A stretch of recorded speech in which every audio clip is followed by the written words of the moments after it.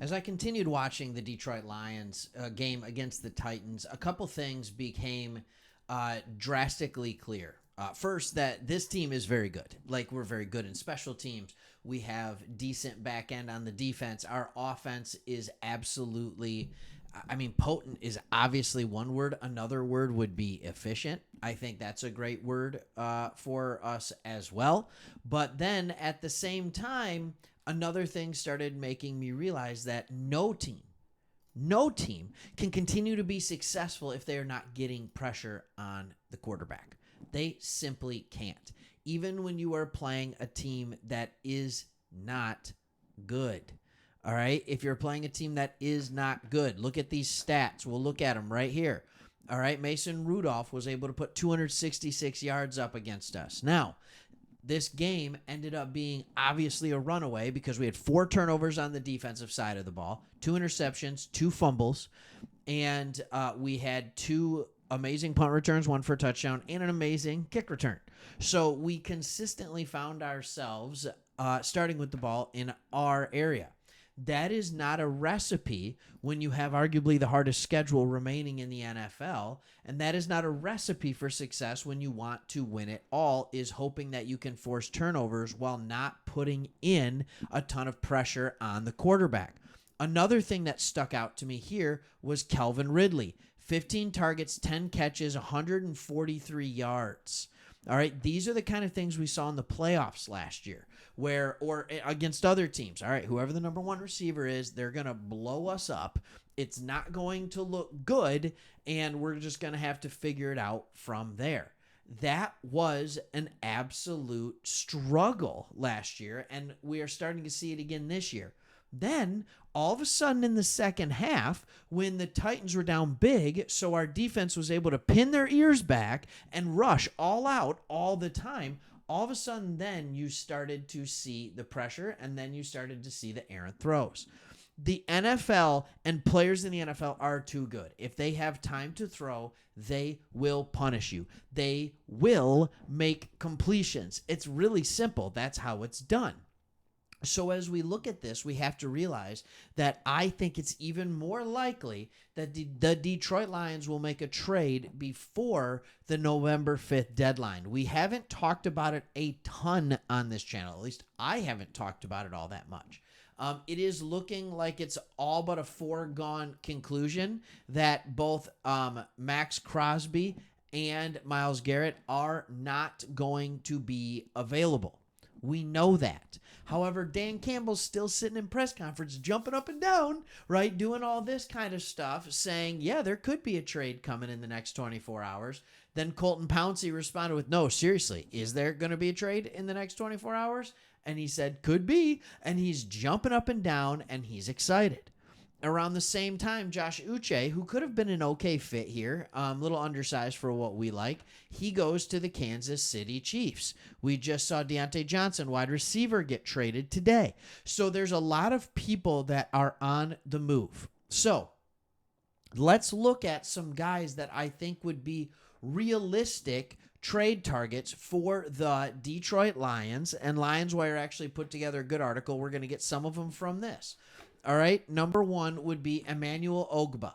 And the question you have to ask yourself when you're seeing these players are they better, right? Are they better than, I don't know how else to put it, are they better than what we already have? All right, let's look at first, before we go into those other players, let's look at what we have. Because I pulled up, the PFF grades are now here. All right, they are now here from this past weekend's game. So as you can see, Brian Branch, Levi Onwuzurike, and then at number 3, Al-Quadin Muhammad. All right, he actually played pretty well. All right, he had 6 total pressures and 6 hurries. Here's the thing that you have to understand. There's a big difference between a hurry and a hit. He never touched the quarterback. He never sacked the quarterback. Our team as a whole had 1 sack. Right there. 1 sack. I need this to be clear. This is a far, far difference from games earlier when we had Hutch. Even last week, Against the Minnesota Vikings, we were able to get 4 sacks. All right, Pascal recorded a sack, but the other ones came from Malcolm Rodriguez, Trevor Nowaski, and Jack Campbell. Those are all linebackers. You can't rely on that solely in order to get pressure. When you're looking at before Hutchinson got hurt, week 4 against the Seahawks, we had 4 sacks, mini pressures. All right, week 1 of the NFL season, 3 sacks. Even week 6 against the Cowboys, we had 4 sacks. The differences are where the sacks were coming from, right? Trevor Nowaski had a sack, but that was after the injury. But Aleem McNeil had 2 and Hutch had 1. See, there's a difference. What we are now seeing is that all of our sacks are coming from linebackers rather than defensive linemen, which means you're taking people out of the play when you're talking on the back end. It is not good enough. And I don't think this team is ready to do it. So first one person that we're looking at is Emmanuel Ogbah. He's 6'4", 275. Honestly, he's very similar to Marcus Davenport. He's definitely able, and he's a free agent after this year. He's 31 years old. The Dolphins are 2-6. They just lost to the Arizona Cardinals. He has 2 sacks and 11 pressures. This makes sense. The question is, does it move the needle? That's like a 5th, 6th round pick. That's nothing crazy. The next one is the one that I enjoy. I like Za'Darius Smith because I believe that Za'Darius Smith, all right, could do something really, really good. He is a 3-time Pro Bowler. All right, he has been a guy that has had multiple 10-plus sack seasons. I think he even had 16 one year when he was playing for the Packers. There's been some injuries, but he still showed that he can play better than expected. All right, the next one is Azeez Ojulari. This one's interesting to me because he's had 24-year-old has had 6 sacks in 8 games. Here's the problem. He's sitting behind Brian Burns and Kayvon Thibodeau. So if they want to get something behind him, but I think they should understand the value of a pass rusher, it's going to be a little more expensive. He's not as big. He's only 240 pounds. This one doesn't make sense to me. If we went out and did it, great. It's just a pass rushing specialist. I have no problem with it. All right, the next one is a guy who has just been a constant disappointment throughout his NFL career, and it's Chase Young. Everybody who gets Chase Young is like, oh, this could be it. This could be the time. All right, we talked last year. He went to the 49ers. I was bummed about that. I'm like, no, the 49ers are getting even better. He got 2.5 sacks on the way to the Super Bowl. But he's had 2 sacks this year and 30 pressures. All right, he's not doing great. He's standing up only. And maybe, I mean, like it says here, he had a major knee injury a while back. That's true, back when he played with the Commanders. And he had off-season neck surgery, so maybe that's playing into it.